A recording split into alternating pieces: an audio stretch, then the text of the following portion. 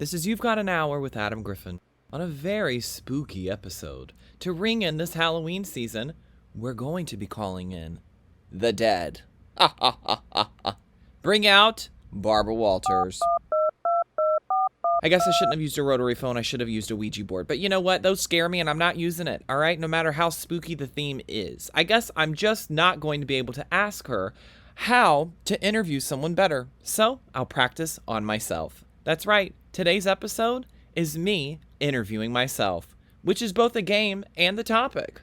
Sort of a Jekyll and Hyde moment, if you will, or really honestly more of like a Sybil / United States of Terror thing, because it's like two versions of me on this. Oof. Okay, turn to both mics.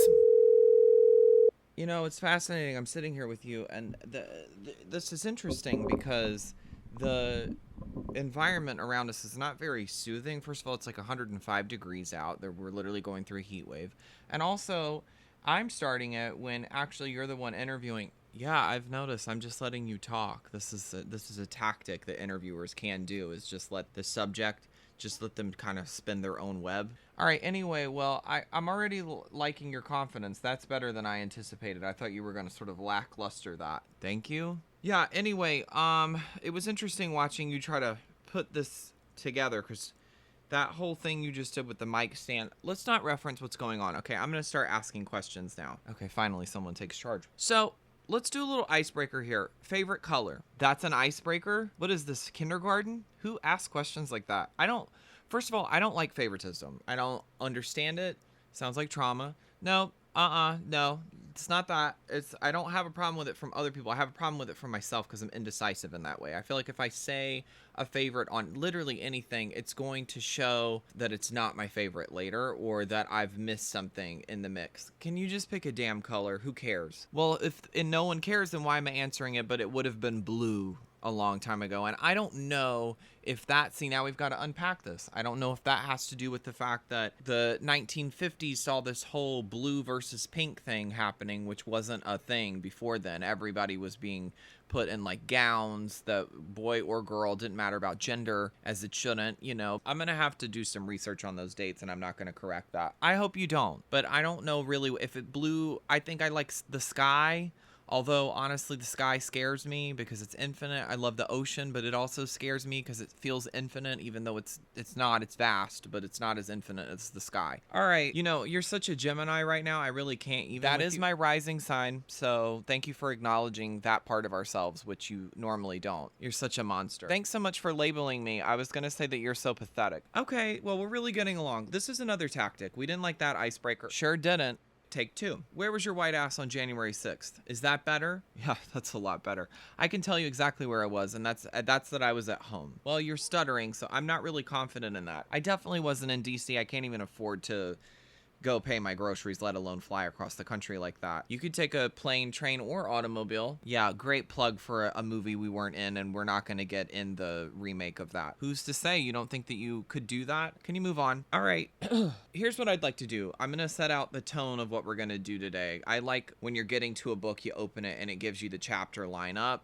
Although the only book I've ever published, which I took off the market, but it didn't have page numbers because I liked chaos in that moment. But anyway, I'd like to sit here and do the chapters, and that being that I'm going to build a foundation of truths here and getting to know you, and then I'm going to follow up by honing in on a point that you bring about, and that's sort of how we're going to tackle this today. Okay, what's a piece of advice that you wish that you could give your younger self? What is this, GQ? I mean, first of all, I'm not successful in the way that I feel like I could be giving my younger self advice. Don't dismiss yourself. Like, what would you give yourself advice if you were... Thanks for building my confidence up. Now I'm ready to answer it. Okay, so off the bat, I would say the power that you have is finite in this world. You know, I think everybody needs to keep their ego in check, so I think that's important. I don't think I struggled from an ego issue. So you didn't struggle from that, but that's the first point that you bring out. Is that covering, or is that the truth? I don't need to unpack it. Here's the thing. I think that power you have in this world is finite. You know, there's only so much you can do, but you can affect your community. You can affect your outlook on the world. You have a very infinite power within yourself in how you react to things, your interpretation of scenarios. Like, for example, if I was on the street right now, somebody came up to me, whether I know them or not, and they yelled at me. you always have the ability to react back. There's a million ways that could go, right? The two biggest could be yelling back at them or crying. You know, those are sort of where my brain goes to immediately because, hello, Gemini. But it's also not just like what your reaction is to somebody. It's also how you're interpreting what they did. Like, you can immediately go like, I've done something wrong, be self-defeating. Or you can say, that had nothing to do with me. That was so random. You know, there's a million ways you can interpret something, but you have a lot of power in the interpretation. And I think the important thing I'm trying to get at here for my younger self would be just to comfort yourself and say, you know, whatever's going on around you, you can only have your interpretation, you know? Like, if everything's sort of like not going well for yourself, you have to try and find the positive within it, and you have to try to stay positive and keep advocating for yourself and be your own best cheerleader, not your own worst critic. Yeah, I've heard you say that before. I like that. That theory there. Would you say you're anxiously attached or an avoidant attached individual? Well, you know me, because I'm literally interviewing myself here, but just for shits and giggles, acting like I'm not interviewing myself, I'll answer it genuinely as I scratch my collar here. Nervously would like to say, yeah, I'm an anxious attachment person. I always have been. I try really hard to work against that. I actually have only one friendship currently that I'm anxiously attached to, and I'm contemplating actually getting rid of that friendship, which then I think would make me sort of an avoidant attachment instead of like working through it, which is toxic. But I'm an avoidant attachment within my own feelings and problem solving. Like, I want to anxiously attach myself to anyone, problem solve them, work on whatever they've got going on, completely divest from myself and invest in them only. And then who am I in the mix? You know what I mean? What are your goals in life? Okay, that was a big jump. I don't really know how those two connect, and I don't think that was a great question follow-up. Well, you wrote it, so you can sort of blame yourself. Yeah, well, I'm over here pretending that I'm just being interviewed, so I would like to just comment on what I'm seeing as I'm seeing it. Goals in my life. I definitely want to be a showrunner, and I'm getting to an age now where it's like, am I really gonna ever have that happen, or am I just having this idea in my head? Like, is this something that I am on the train of and it's a good idea, or is this something that I need to reevaluate and re-correct the train? But I'm going to speak on that, and I'm glad I brought it up, is that I don't think that there is a time limit. Like, I don't think that the universe works in a way where, you know, you're supposed to do this at 22, unless you're an athlete or like a ballerina. Like, there's a definite time that would work and not work career-wise. But I think for something like writing, who's to say that it's going to go a certain way? And the industry's in a different footing. It's not grounded in the way that it was even 5 years ago. The apps have really changed up a lot of stuff. I don't love to talk about the entertainment industry on this, but we're asking me directly what I do in that capacity. So can you stop making excuses for like what's being asked and just answer the question as yourself? You don't need to speak for everyone in the room. And also, the only person in the room is you. So you're good. Do you still want me to answer this? I mean, I don't even know if I care anymore. I want to be a showrunner, and I don't care at what age it happens, but I'm working really steadily on it.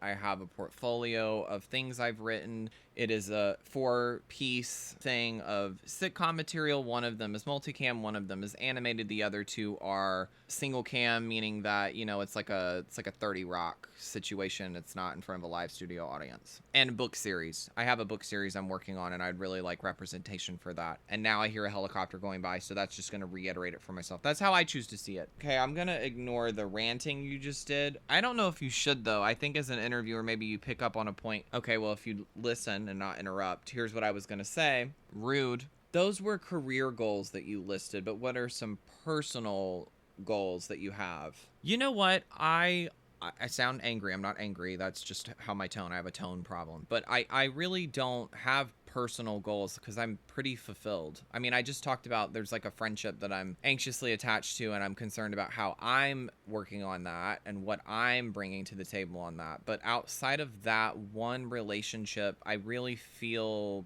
pretty square. It's good to be in a good place on all of this. Like, I don't really have expectations for more than this. Okay, that's interesting. So I'm glad to hear that you're happy, but so does that mean you don't want a partner? I mean, you're single. Do you want kids? No. I hesitate to ask why. You seem aggressive, so I don't really want to push you further, okay, so then don't. No, I mean, honestly, as an interviewer, I'd like for you to have more of a backbone. I'll just say that. Yeah, why more? Like, tell me more. Yeah, I never feel like I'm somebody who's going to have a partner or not have a partner. I don't think it matters. It doesn't matter if you have a partner. Yeah, I knew we should do a follow-up on that. I mean, it doesn't matter to me whether or not I have a partner, and because of that, it doesn't matter to me whether or not I have kids. I don't intend to raise kids myself. I don't see that for myself. I don't want to do that. But in terms of having a partner, I haven't had the greatest track record in who I pick and how I handle the situations when I am dating someone. I don't think that I'm a great person to date. I think I'm a good friend. I hope I'm a great friend. Only my friends could answer that, but I don't find myself happiest when I'm dating. I find myself anxiously attached and not really myself, not focused on what it is that I want to do. I'm more driven by what I want to. They talked about this on Grey's Anatomy, actually. In the land of Shonda, that iconic world, people either are career oriented or they're relationship oriented. And I'm definitely not romantically relationship oriented. I'm very focused on my friends, hopefully not in an anxiously attached way, but I don't care at all about dating. This is a long answer for a short thing, which is no. And I don't know why I needed to expand on it. Oh no, I have a better answer for this actually. I want to find joy within myself. And if there's a partner that sort of like matches that energy, that's fine. But I've lived alone for so long and I feel so old in my soul. I feel like I have been married even though I've not been married ever. And then I feel like one of my soul cycle journeys for this is to be independent and to really find joy within myself and to be centered in that. So I don't think that involves marriage. I don't think that involves a partner. I don't even have any interest in dating. Every time that it comes up that I should be dating or other people are dating and they're checking these, I felt a lot of pressure growing up to do those sort of things because everyone around me was doing them and I'm not checking the boxes as quickly as everyone else is in terms of like first kiss or, you know, dating and all of that kind of stuff. But once I checked those boxes, because that's what society was doing, and by society I mean just even my friends around me were doing, I was like, I don't care about this. I don't want to do this. Like, yeah, it's nice to be infatuated with somebody and someone be interested in me, but I don't, unless the person is in front of me, I'm not seeking it and I'm fulfilled without it. And that's not me covering. It's not you covering. No, it's not. I mean, bringing it up makes it seem like I probably am covering, but I'm not. I don't have any interest in dating, and I haven't really ever, to be honest. And I get myself into a lot of trouble trying to make myself interested in dating when I'm not interested in dating. Now, in terms of kids, I helped sort of, not really, but to some extent, I feel like I was a third parent to the twins. So my brother and sister. So I feel like I've kind of already checked that box, and I checked it really early on. Having a significant age gap between yourself and your siblings can make you kind of feel that way. And either it will make you excited to have your own kids and do it a different way, or it, you know, there's a lot of ways that you could interpret that for yourself. But for me, it's just completely been like, that was so fulfilling and I love them, and I'm not their parent, but I feel like I fulfilled whatever it was within me that wanted to go through that experience. It's done. Okay, I'm good on that. I don't want to ask any more follow-ups. Yeah, thank God. GAYD, because I'm ready to move on. What are some fears and some worries that you have? You know, we have a lot of fears. The first thing that's coming to my mind is grand delusion. Like, I feel like a lot of what I want to do is career-oriented, and even though I'm doing a podcast and it's, you know, essentially just for fun, I want it to be successful. And at the end of the day, it's like, do I have anything interesting to say? I have feelings of, is this all some grand illusion that I have? And I'm really not, I'm like self-important in a way that isn't structured towards the career goal that I have. Like, is the mission statement so not what the mission statement is supposed to be? I have worries about that and doubts about that all the time. Those are my biggest fears and worries. There is nothing bigger than that. It keeps me up at night sometimes, and I'm anxious about it, and I feel like, who am I kidding and why am I doing this? And at the end of the day, it's because I love to do it and I enjoy it, and that overrides the feeling of, who am I kidding? All right, not what I thought you were gonna say. Well, what did you think I was gonna say? It doesn't matter. Anyway, phobias. Tell me some of your phobias. I mean, I guess that's a good follow-up for fears and worries. Yeah. So, can you stop self-evaluating everything I'm doing in the moment? I would like for you to just talk, please. Well, and I would like for you to just ask questions. So, why don't we both stay in our lanes? Good luck with that. I'm uncomfortable around horses. I mean, there was a time, if my cousins were here, they would tell the story better than me, but I got on a horse one time, and it really was scary. I mean, it's funny to think about now, sort of, but when I'm around a horse, I still have the fear because I guess it's a little bit triggering. I mean, just to be on something that's a wild animal and not really have control. I like to have control. I like to have total control. Yeah, I mean, we're literally interviewing ourselves and then we're editing it ourselves. So I would say, yeah, we got that from the jump.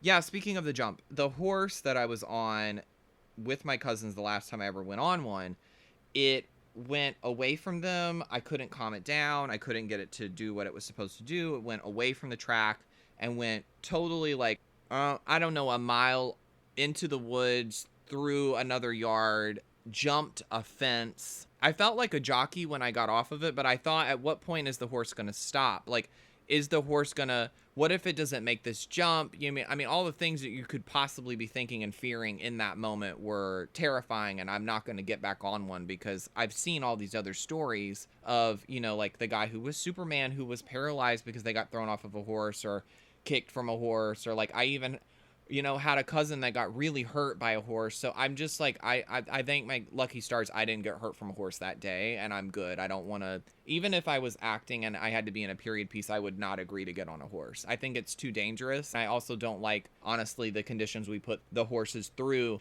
for anything that is for human needs. It's so not necessary nowadays. We don't need a horse for transportation, so why would I do it? Like when I can just get on my hovercraft, you know what I mean? You have a tendency to always do comedic things, and I would like for you to be serious. Again, stay in your lane. Yeah, the biggest fear, though, that I have is that one day we're going to lose gravity and fall for eternity into the abyss. Like, that's why I was saying earlier that the sky is both exciting but scary. I mean, it's a totally irrational fear. It makes no sense. I don't even know how we would go about that happening. I guess the Earth would have to stop rotating. It just did it for half of a beat. No. And that book, Falling Up, I think is where this comes from. There was a visual on the cover of it of a boy rising above the pavement, off the sidewalk, and falling up. And I just don't, if I look, I don't have vertigo, but I can stand on the tallest building, can look down, but the moment I can't see the horizon, I'm so dizzy and I'm so uncomfortable and I'm sweating and I'm nauseous and I don't like it at all. Like it makes me panic. I don't love it. It's not good.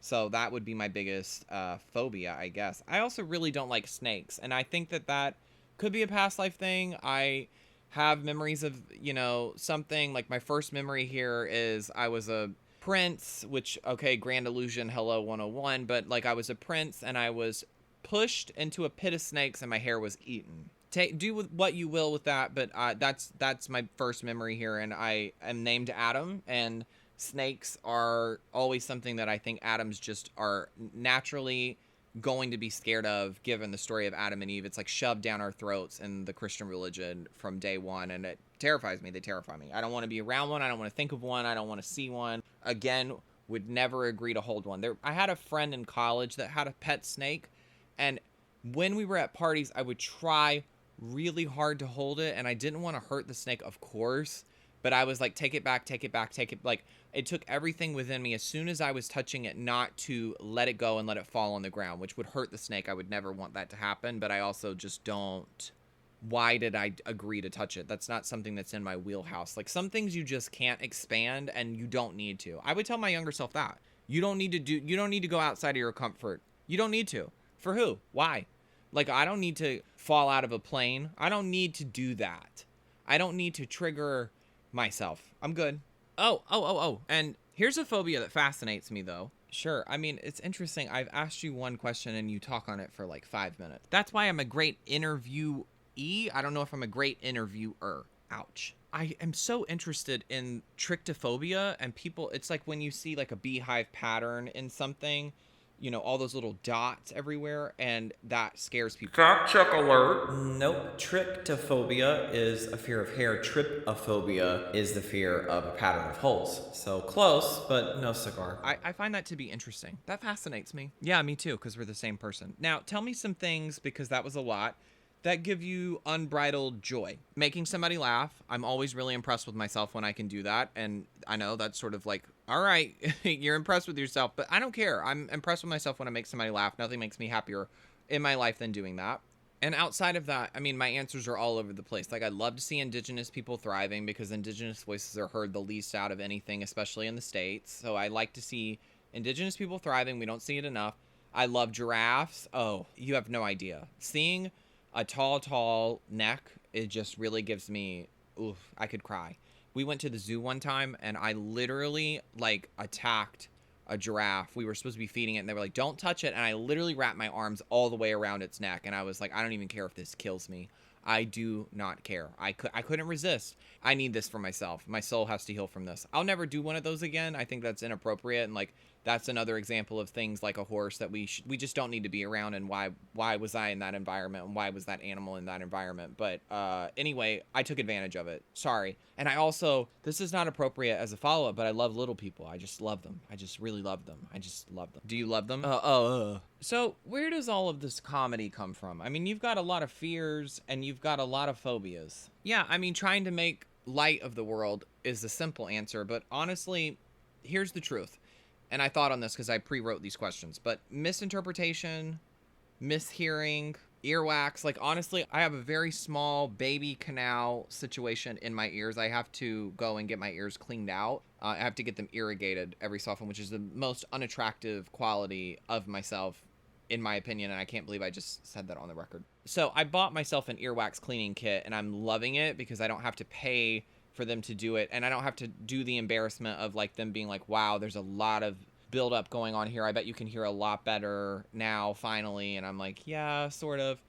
But yeah, I mishear things all the time, and I don't know if it's a creative licensing within me or it is that literal earwax block, but I all the time am hearing things wrong, and then I write it down because what I heard is so insane. Like somebody will, this is gonna be a bad example, but somebody will be like, this is blue paper, and what I'm hearing is like, Wiz Khalifa's in the building, and I'm like, how did I get from A to B there? Like, I don't understand what that was. And then I'm like, what if Wiz Khalifa was here right now? Like, what would that be like? And why would Wiz Khalifa be in my apartment? Because that's the physical building I'm in right now. And like, what are we doing? You know what I mean? Like, are we having a video game session? Or like, are we writing a song together? You know, those kind of thoughts. And I said it was a bad example, and it was. And now I want blue paper. Mishearing something like that just is rife for comedy, because anything you say is open for interpretation by these simple ears. Okay, I'd like to ask you, do you know how to shut the fuck up? No. Oh, that's my shortest answer all of a sudden. So what frustrates you? I frustrate myself. No one frustrates me like myself. Do you want to give some examples? No, I'd really rather not.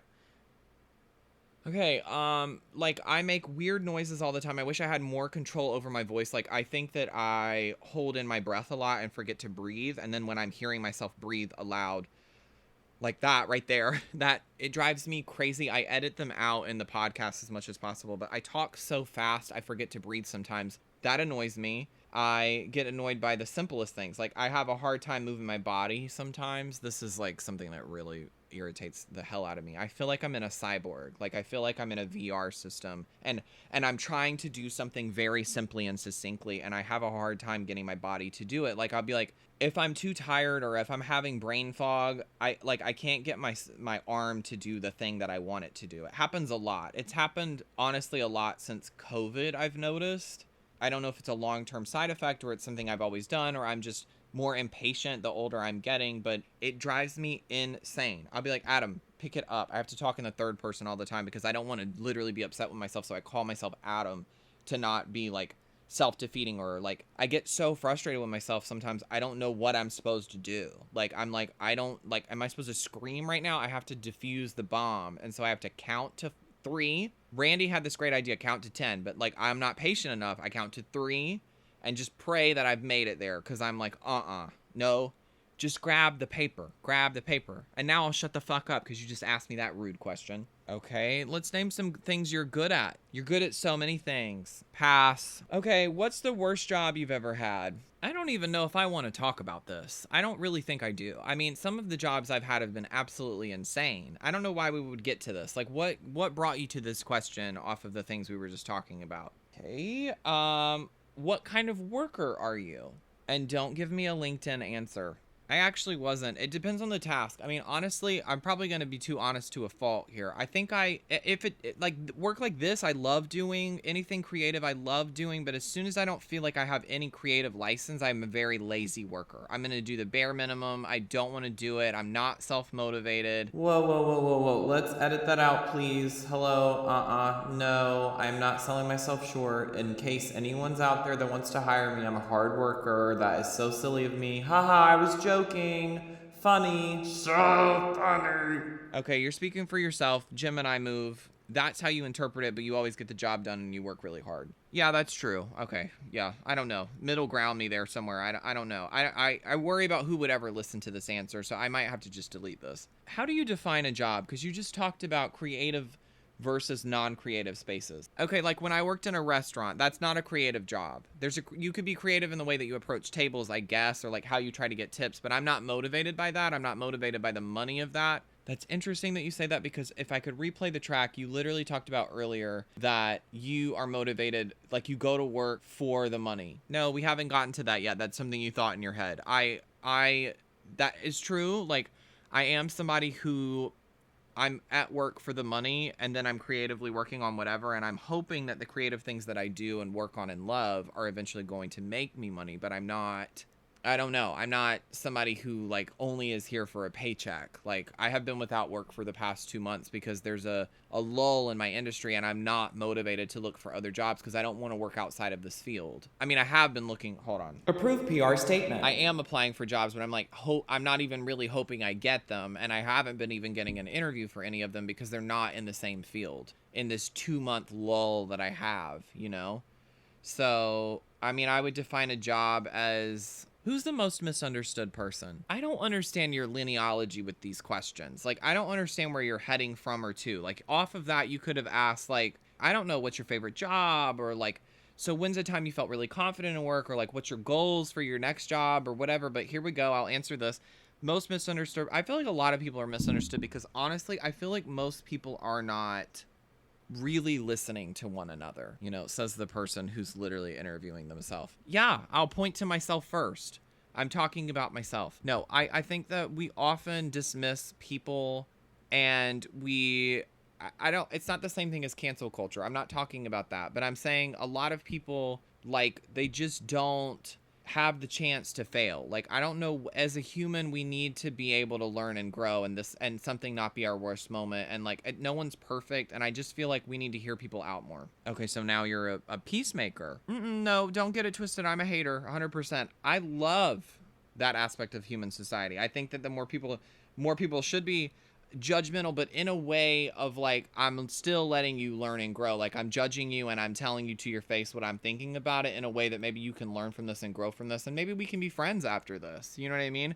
But also in terms of cancel culture, I can't wait to be damned, because then people will see what I've been seeing in myself all along. Like, no one gets more annoyed with themselves than I do. And I'll be like, see, I told you I was fucking annoying. Yeah, I really don't want to turn off the 10 listeners that we do currently have. We're trying to build the brand, not diminish it. So, well, you should have thought about that before you interviewed yourself. Typical me, I have annoyed myself to the point that I need a break in the editor's room. So this seems like a perfect place as any to stop this Jekyll and Hyde momentum.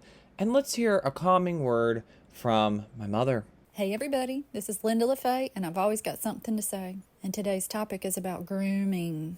And it is pretty unfortunate that I feel like I need to talk about this, but I'm just going to have to do it because I have paid attention, even to some people in my family. I'm sorry, I'm calling you out. She ain't talking about me, so don't think it's about me. I wouldn't have put it in here if it was.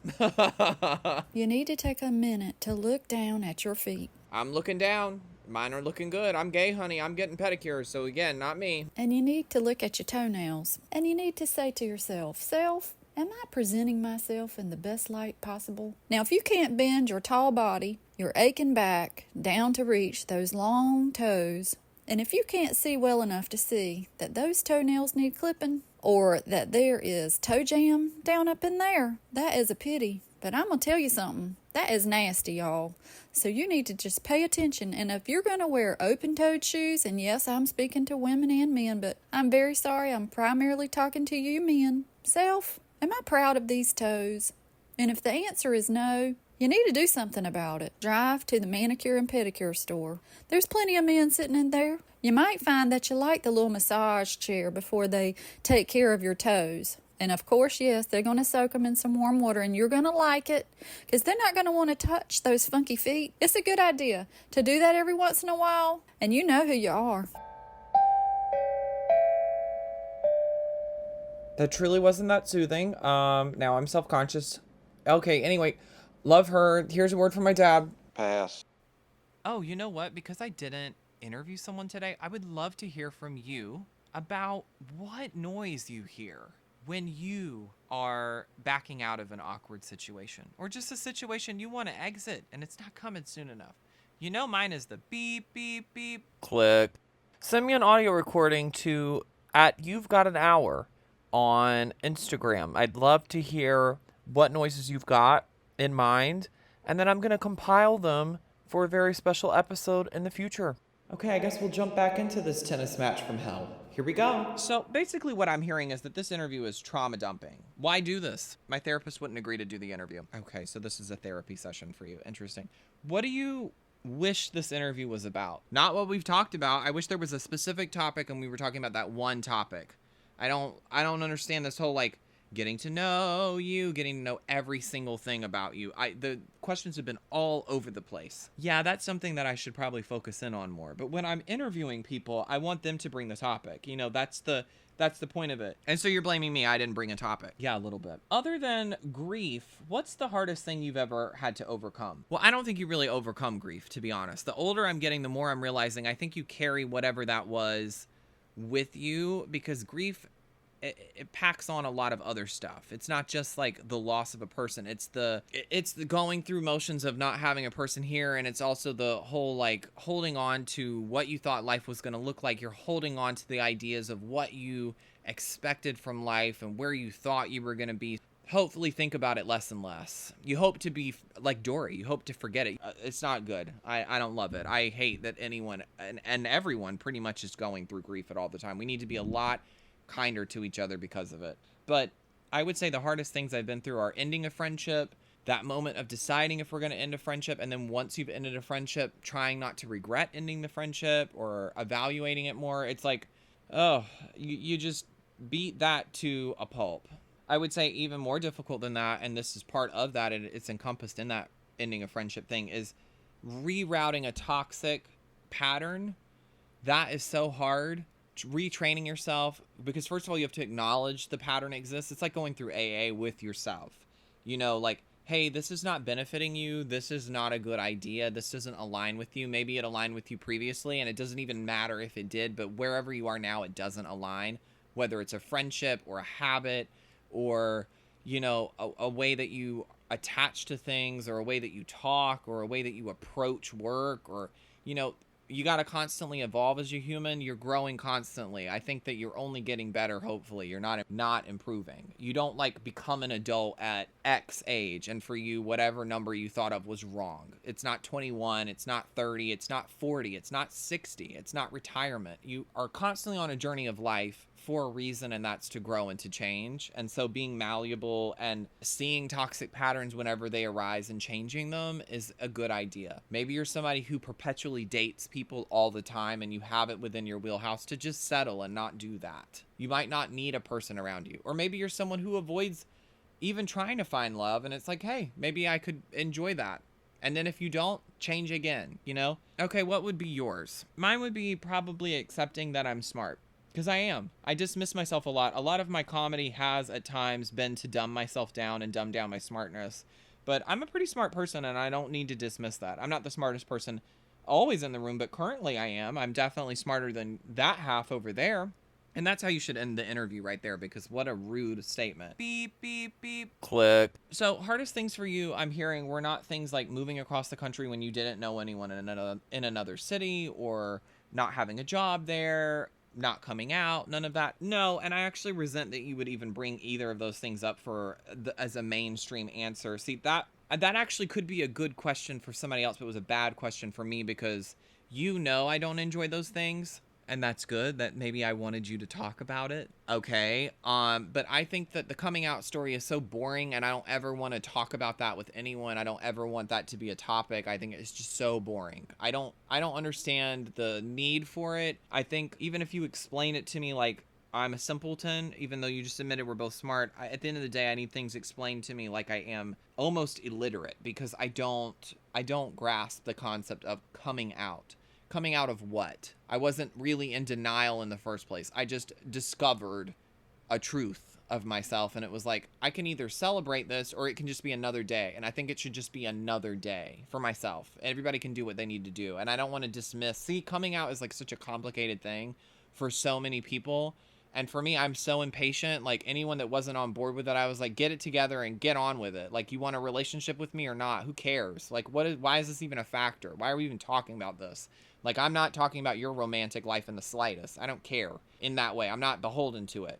Talk about it with me if you want, but not in a way that's like, oh, I'm judging this in a way that I can't understand it, and I'm never going to understand it, and I can't comprehend it. What's there to understand? It doesn't involve you. I just don't care. I'm not patient with it. It's just silly. It's a silly thing. I think children growing up is supposed to be this liberating thing and this amazing thing, but we all have an imprint and a vision of like, this is what I hope my kid is. I hope I'm raising the kid better than I raised myself, or I hope that the kid is better than I am, and they have more than I did, and like all of these things. And I don't think any of that's healthy. And I think that learning through having a kid as a parent, learning through that would be probably one of the more rewarding things you could have as a human, because you're like, no, this idea that I had for you, it really had more to do with myself, and I'm growing a lot through having a kid. Plus, kids teach you a lot of patience. I don't know why I'm talking about kids. I don't want one. Sounded like you did. Let me take this. Okay, what are some topics you'd like to discuss on the show? Oh, good. I hope you're starting to wrap this out. Well, anything that people organically are wanting to talk about, I think is good. I try to filter through what I think is going to work and not work for the show, or if I have an idea for a sample on the show. Like, I have this DJ that I'm going to bring onto the show, and he's a plumber, and I think that's an interesting concept, and I want to talk about how he got into that, and I also want to play a game with him about like shit humor and jokes like that, because I'm 5. But aside from topics specifically like that one, I don't, unless I'm pitching a segment, I like people and whomever I am friends with, and I'm like, you would be a good guest, but what would you want to talk about? I let them pitch it to me. I let them pitch it, and then we kind of shape it from there. I do want to get more specific about getting to the meat of the story and where they're at with it, because those real conversations are what I think the show is about, and hopefully where the show thrives. So I think that's what today is about, is like working on that. Do you think we successfully did that? No, not at all. I think we're going to have to do this about 6 more times, and I don't even know which version of this is going to get aired, if any. Okay, I'll determine that. What would be something you love as a topic? Okay, so motherhood, we talked about that. Friendships are always interesting. Those are 2 dynamics that every single person, no matter who you are, has a relationship with one another on. Like, we all have a mother. Whether you know her or not is a different story. Your chosen mother versus your real mother or whatever. Everybody has different circumstances coming to it. And from friendships, we've all gone through various states of our friendships. Friendship breakups, new friendships, excitement. All of those degrees of it are interesting to me, and I don't think I'll ever get sick of talking of either of those. So love those topics. And I'm less interested, honestly, in discussing dating and someone's dating life, because I think that that's something that I shouldn't be telling someone what to do, and I can be a soundboard for it, but it doesn't really make for an interesting conversation, because how is that going to work out for them? You need to be working on that together with your person and not in a public forum. I don't think that's healthy. I think that's so toxic. That's a toxic pattern that people need to break.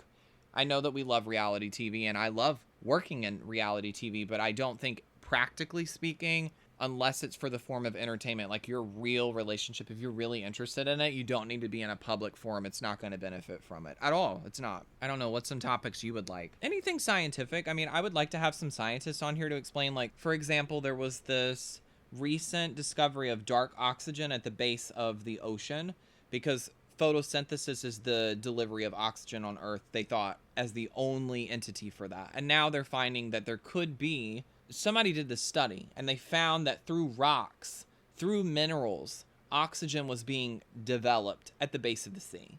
And I think that's fascinating. Things like that. Or, you know, whatever's going on with Pluto these days. Or as if it's someone we can just check in on. But, you know, science, resources are always interesting. Like, I like that dynamic. I like that. And stuff like that. Interesting, because I'm kind of talking about relationship dynamics and you're talking about learning outside of and expanding. So that's something we need to get more clear on as a brand, probably, right? Oh, we're in agreement. This isn't a Hallmark card, so I'll just stop us there.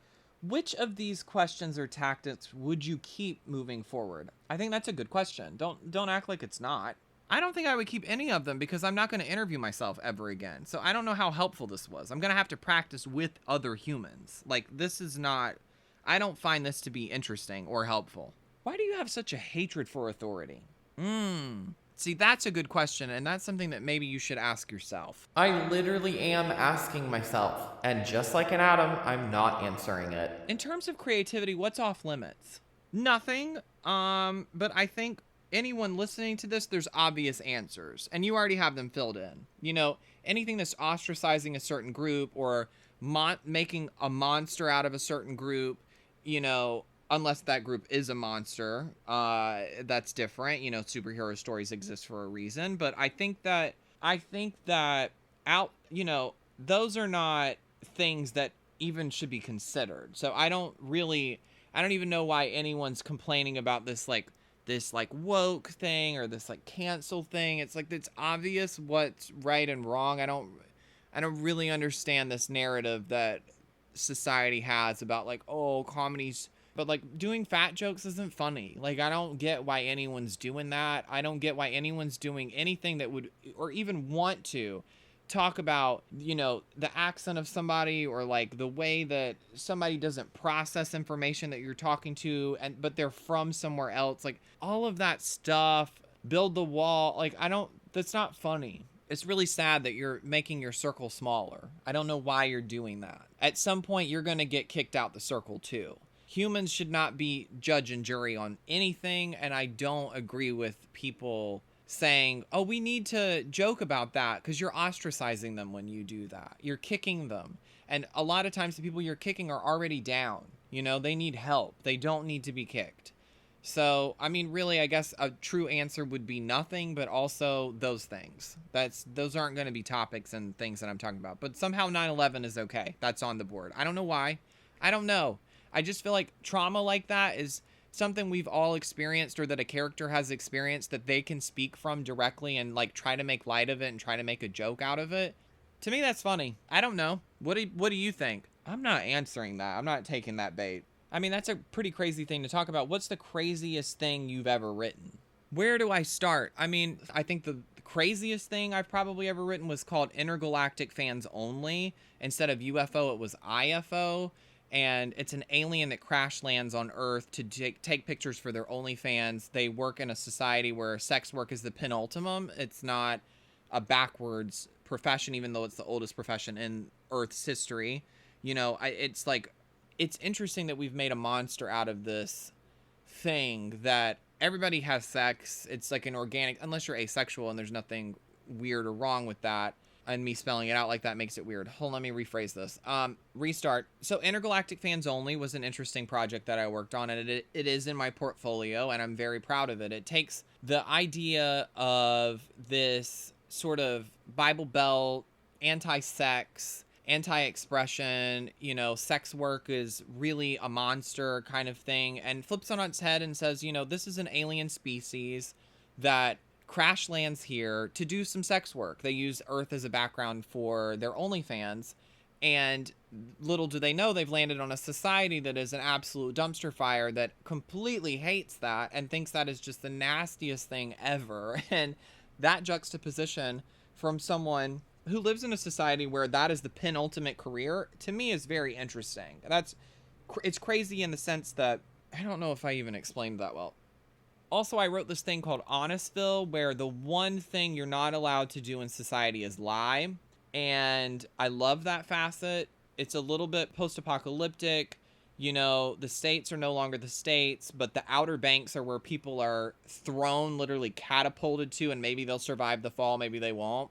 But if you survive it and you are over there, you live like a pirate. You have to figure it out. There's no rules. There's nothing going on except for the fact that you can't lie in that society. That's something they won't forgive. But like, kill somebody, an eye for an eye, they don't care. Like, there's no other rule. You just can't lie. You can never lie. It's not an animated series. That's one of my single cam options, and I really love it. I think it's really fun. I also wrote something really I mean, everything I write is crazy. I could talk about this all day, but honestly, the wildest thing that I wrote, I'll reinterpret this. I wrote something called Out with the Buzzards. It's a book. I had never written a book before. It's a book series that I'm very interested in. I mean, I'm very interested in sort of like the Octavia Butler, Margaret Atwood, post-apocalyptic, societal expressions, and how far religion goes in terms of things. I'm very fascinated by that. I think it's a dangerous toe that we are always on the line of tiptoeing too far over. I think it's a great thing for people to have a connectivity with the universe and with themselves naturally. I think humans being in charge of what God thinks, and for me, GAYD thinks, is very problematic and should not be done. Like, we should not try to interpret that. So I'm fascinated with it, and I have a book where it's like the third generation. It's not like, it is the third generation after the fall of the states. It's called The Square. Everybody has to fit into the box. I love a metaphor of whatever this society thinks is acceptable, and if you don't fit within that box, you're a threat. So there are people that are slowly developing, because we mutate and we do to an extent evolve. I'm not saying that we gain superpowers, but the universe is looking at it and saying this is an unacceptable way for the humans to live, and it is totally threatening our planet in a way that the Earth is going to get rid of you. So let me try and keep my species here by granting you these visions. And the visions are an interconnectivity to other people that are outside of that checkbox. And they do end up developing a skill set that is magical. So the first one develops in the theory of air. This is an airborne individual, meaning that they can fly. And they do have indigenous reincarnated individuals that are sort of like akin to witches that overlook them, and they are buzzards. They are literally at the end of a life cycle, digesting death, consuming death. They're overlooking this society as it's dying, and they are going to have this person who can see visions. They've been waiting for someone with visions like them to train and to sort of like course correct. And that person it's their story from start to end. And each of the books that I would write would be that. The second one is about someone that is like a mer person, essentially. And it's a trans allegory as well, because I think Little Mermaid was that, and I would like to see it expressed more explicitly and directly. So the second book is that, and they're kind of connected in this way of, you know, not fitting into the gender spectrum and other things, but it's air and it's water directly, and they both have skill sets with that. So that series is interesting. Every book would be an individual journalistic style expression of one person start to finish on the path to the final book, which would be sort of like an Avengers story of them coming together and correcting the Earth. And what does that look like? What does that look like? And I'm not going to spoil it, but that's really fun for me. Everything I write in a book form is something that I feel very nervous to even talk about. I mean, I like talking about it, but I feel nervous for anyone to ever read it because it's such a big mission statement. I don't know that it could ever be accomplished, and I don't know if it achieves the person that I'm impressioning after, because it's definitely like that one is very much clearly Margaret Atwood, clearly Octavia Butler's style of writing. Those are very big tasks, but a little bit also Neil Gaiman in the magical sense, and a lot of Truman Capote in the truth-telling, gender spectrum, gender dysphoria avenue as well. So like those four writers are quintessential to my vocabulary. I love Virginia Woolf, but no one would read in a modern context the type of simplistic stories that are being told there in a complicated manner. I mean, she's unpacking like real emotions, and it's so thought heavy. I love to read it. I don't know that it would work in a mainstream avenue, and I struggled with the tone of that book, and I may never achieve it because it was very Virginia Woolf in the way that it was written, and this person wants to be a poet. They don't fit into that society in that way, just another way that they don't fit into the box, because it's not an essential role in society. It kind of isn't. You are a creative soul and you need to express that, but it doesn't mean that you are valued by society in a way that's like, here is money for that, here's survival for that. You know, an artist lifestyle can be very difficult.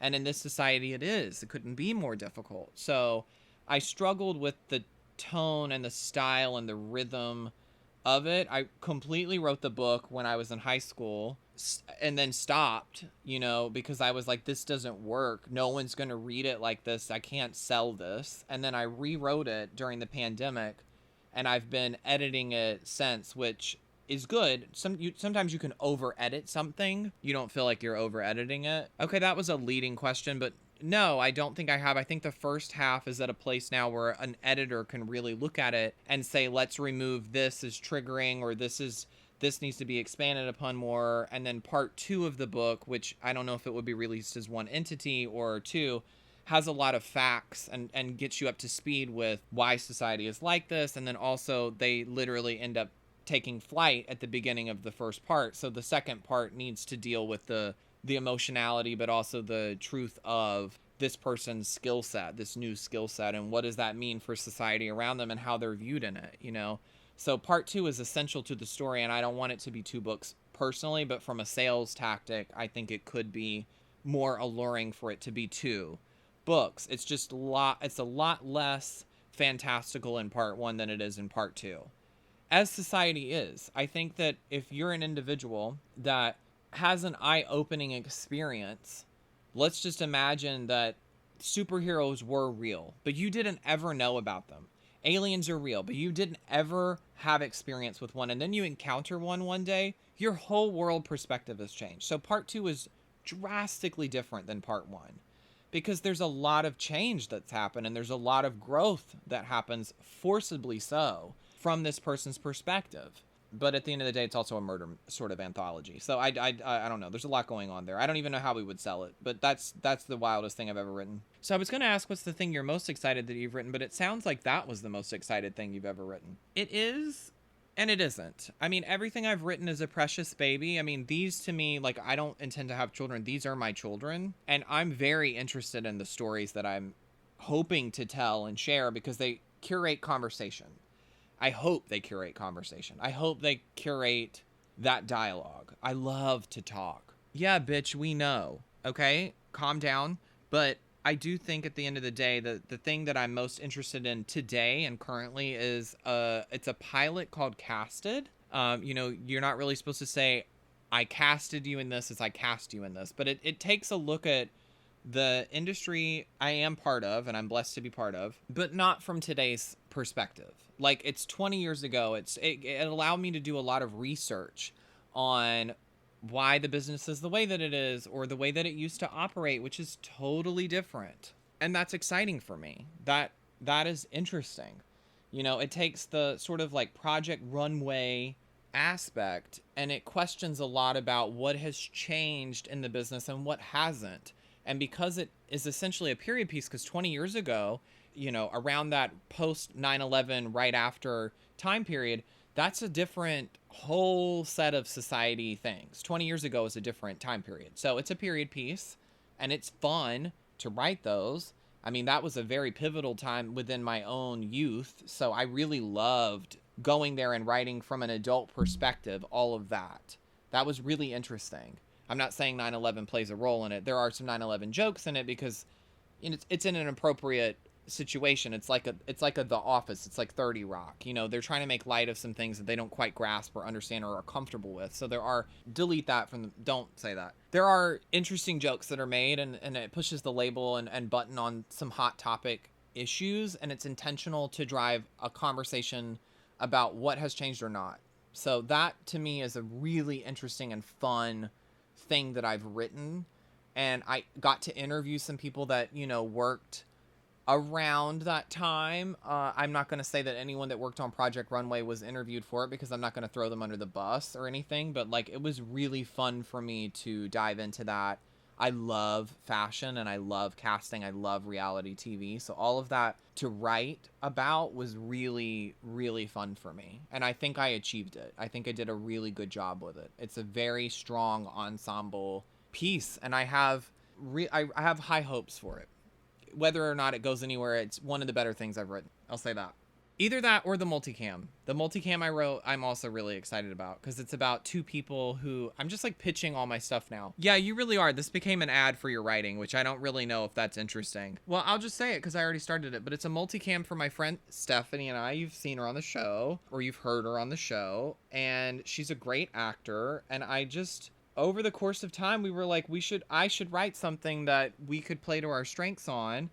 And multicam is really where she thrived. And I've always wanted to do multicam because I love a live audience, but I don't like doing the same script over and over. I like want to really get their reaction and enjoy it and feed off of it and then move on. You know, but the same characters, it's fun to play them so long as they're having a new set of circumstances. So multicam isn't thriving right now and I want to bring it back so badly. And I don't know that I'm the person to do it, but why wouldn't I try to have that going on? I mean, Carol Burnett, I Love Lucy, all of these people and all of the shows that they had in front of live audiences, Seinfeld, Friends, they're so fun. There's so much room for them, and we really like it. I mean, it's fun for us to watch. It feels like you're watching a play. Think of Golden Girls, absolutely fabulous. Laverne and Shirley, you know, all these shows. Martin, Living Single, hello, they're fun.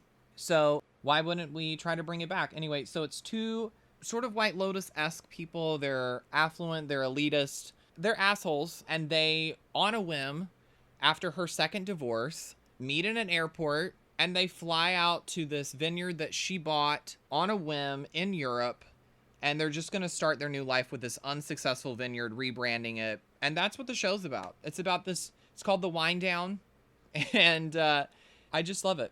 Anyway, I'm pitching that because it's Wine Wednesday. You get it? Because that's when the episodes come out. Yeah, I walked away for a minute, but I'm back.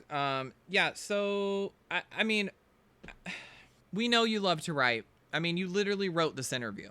So this was mostly scripted. I don't want anyone to know that this was essentially scripted. I don't want them to know that. Well, you did, and I'm the interviewer, and I'm going to be transparent at all times when I'm interviewing people. I don't know what I'm supposed to learn from this. I think that it's more about listening and letting the interviewer talk and trying to push them in the right direction, but the topic needs to be really, really clear from the jump, and it does need to be about two besties talking about what they're going through, not problem solving it, but like having a real genuine conversation about it, and we're listening in on it, and throughout the process, the interconnectivity is that we're all creative at our hearts. Yeah, and that's why I wouldn't use any of this tactics that I used today. So you agree with me. Thanks. Fuck off. You're welcome. At this point in the interview, I literally threw one of my microphones on the ground. What a frustrating process. If you're still with us, I can't believe you are. Congratulations, you made it through basically me pushing the agenda of my writing stuff, when really I should have had a topic going into this that I really wanted to focus on and divest all of my interests in and pick apart my brain on. Oh well, maybe I'll do that next time. What topic should it be? Oh hell, we're not out of the clear yet. I picked my mic back up. You know, I think to wrap this out, I just want to say that, first of all, we're definitely out of time. Like, I need to reclaim my time here. You've had an hour, okay? And that's great. You did a great job of being interviewed, but I don't know that I did a great job interviewing you. Like, I asked literally 12 questions, and you just really ran with it. So that's something we're going to continue to need to work on. Oh my God, the air's on. Quick, somebody turn both of their mics off. This is the time. You never cease to annoy me. Oh, you know who wants to have a word at the end here? Can you guess who? It's not me. That's right, it's... And P.S., you men, a whole lot of you, you got hair growing out your ears. And I'm going to tell you something. That needs to be trimmed. And if it's a cultural thing to let it be there, I'm not talking to you. But the rest of all of you, you need to take a look-see. That's not something that is pretty. It is nasty. And you need to get your little nose trimmer and head up in there. You hear me? That is so, yeah.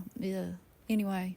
thank you so much for listening to the podcast. Next week, we will not have me interviewing myself, so hopefully if you didn't like this, you can skip over to that one and really enjoy it again. Or if you did love this, we can bring it back as a recurring segment with themes that you really enjoy. Remember to like and subscribe to the podcast, and also send me an audio of the sound you hear when you're backing out of a situation. Last but not least, I want to give a big shout out to my bestie, Colleen. This was her idea. She encouraged me to do this and really asked that I do it. And I enjoyed doing it. So hopefully, Colleen, you enjoy it and others do as well. See you next. You won't see me. No. Damn it. Hear me next time. Okay. Well, from now on, you're going to hear me speaking in both speakers. It's been, split into only one side for a lot of these. And so that's a technical thing going forward we're going to alter. And also, this week is National Coming Out Week. They're on Friday. It's National Coming Out Day, October 11th. So just want to give that a little shout out. All right. Love to you and yours. This has been You've Got an Hour. Exactly. Oh my God, almost exactly. This is the most on time I've been. Can you believe it? How punctual I am when it's just me. Say psych real quick, Adam, because seriously. Oh my God, I'm back in reverb. No. Enough with the Smeagle. One personality from here out. Beep, beep, beep. Click.